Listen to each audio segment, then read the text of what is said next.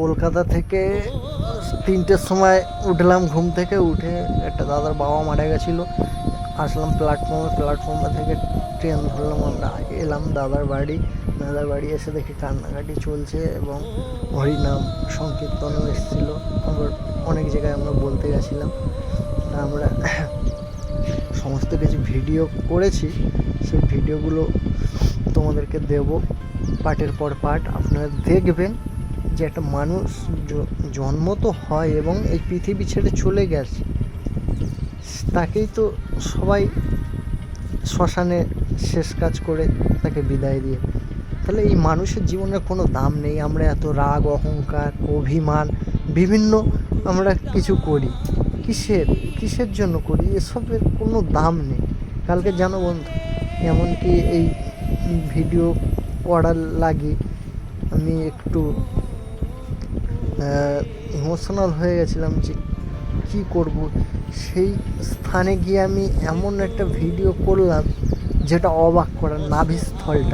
নাভিস্থলটা এইটা অক্ষয় পঙ্কজ, এর কোনো ক্ষয় নেই। তোমরা দেখবে যে কি এই নাভিস্থলটা, আমি সেই ভিডিও বন্ধ করেছি নিজের জীবনের পরোয়া না করে। কেন বলো?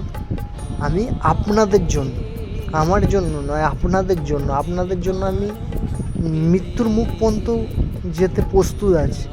তাই আপনারা ভালো লাগলে সেটাকে বলবেন, খারাপ যদিও লাগে বলবেন।